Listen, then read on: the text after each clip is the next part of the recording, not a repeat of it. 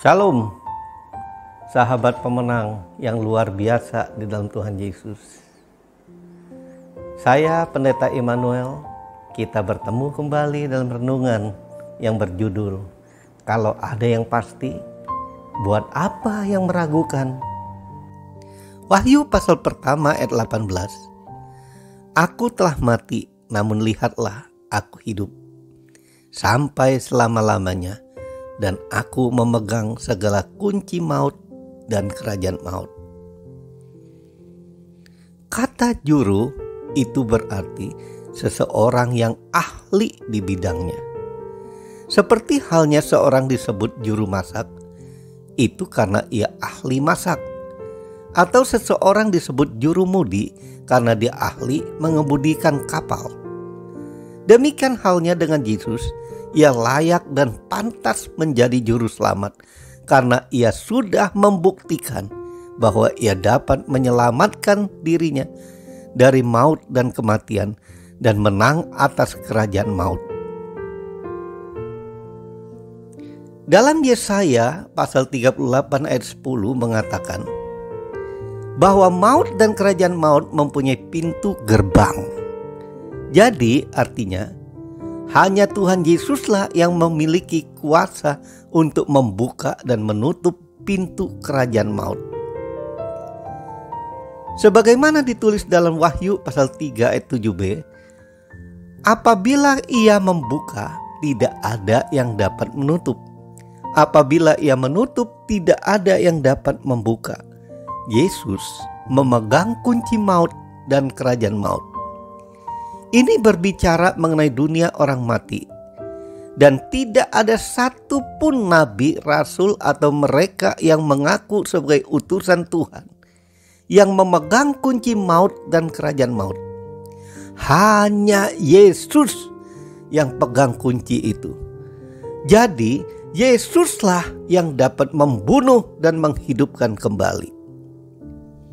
Dalam Yohanes 11 ayat 25, Yesus berkata, Akulah kebangkitan dan hidup. Barang siapa percaya kepadaku, ia akan hidup walaupun ia sudah mati. Ini adalah suatu pernyataan yang tegas tentang kedaulatan universal dari Tuhan Yesus.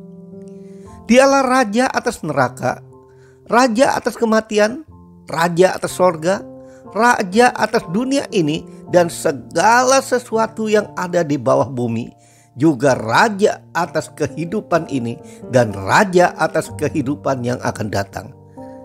Oleh sebab itu, dengan tegas Yesus telah berkata, Aku memegang segala kunci maut dan kerajaan maut. Sehingga tidak ada satu nama pun yang berkuasa seperti nama Yesus. Seperti tertulis dalam Filipi pasal 2 ayat 9 sampai 11. Itulah sebabnya Allah sangat meninggikan dia dan mengaruniakan kepadanya nama di atas segala nama, supaya dalam nama Yesus bertekuk lutut segala yang ada di langit dan yang ada di atas bumi dan yang ada di bawah bumi, dan segala lidah mengaku Yesus Kristus adalah Tuhan bagi kemuliaan Allah Bapa. Dalam Matius 16:21 menerangkan bahwa pemimpin-pemimpin agama lainnya tidak pernah meramalkan kematian dan kebangkitannya sendiri. Hanya Yesus.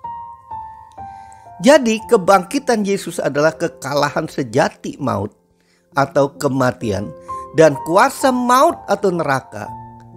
Yesus mengatasi kematian sekali untuk selamanya, karena kebangkitan Yesus adalah pertama kalinya dalam sejarah manusia yang telah bangkit dari kematian dan tidak akan pernah mati lagi. Tuhan Yesus menaklukkan kematian karena ia tak pernah berdosa. Sebagaimana ditulis dalam 1 Petrus pasal 2 ayat 22, oleh sebab itu maut dan kerajaan maut tidak berkuasa atas dirinya. Kematian Yesus adalah karena pengorbanan sukarela untuk menebus dosa manusia. Karena Yesus sepenuhnya tanpa dosa, fakta bahwa Yesus telah menaklukkan maut dan kerajaan maut, maka hal itu berdampak secara kekal bagi orang percaya.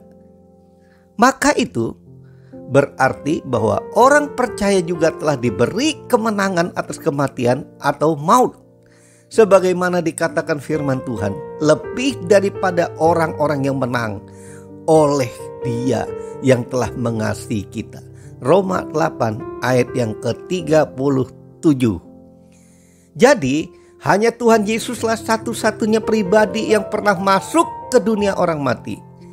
Namun Ia hidup kembali dengan mengalahkan maut dan kerajaan maut.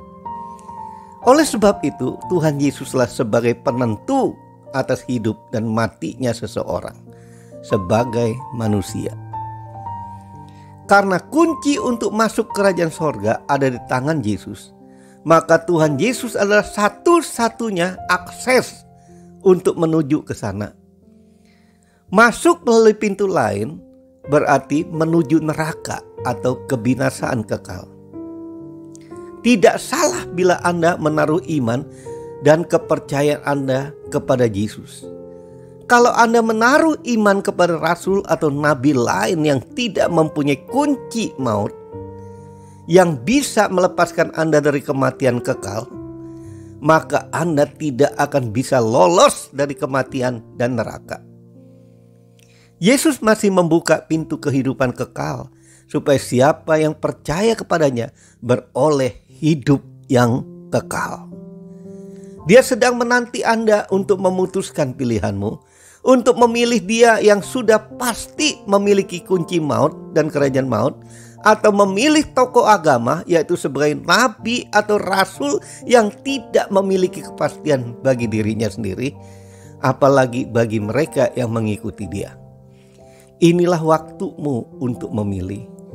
Kalau ada yang pasti, buat apa yang meragukan? Jangan ambil resiko. Salah memilih akibatnya fatal. Mari ikuti saya berdoa. Bapa yang baik, hidup hanya sekali. Untuk itu aku dapat mengambil keputusan yang tepat, yaitu mempercayakan seluruh hidupku kepadamu, yang memegang kunci maut dan alam maut. Izinkan aku untuk bersamamu dimanapun engkau berada. Terima kasih Tuhan Yesus. Engkau dengar doaku. Dalam nama Tuhan Yesus aku berdoa. Amin.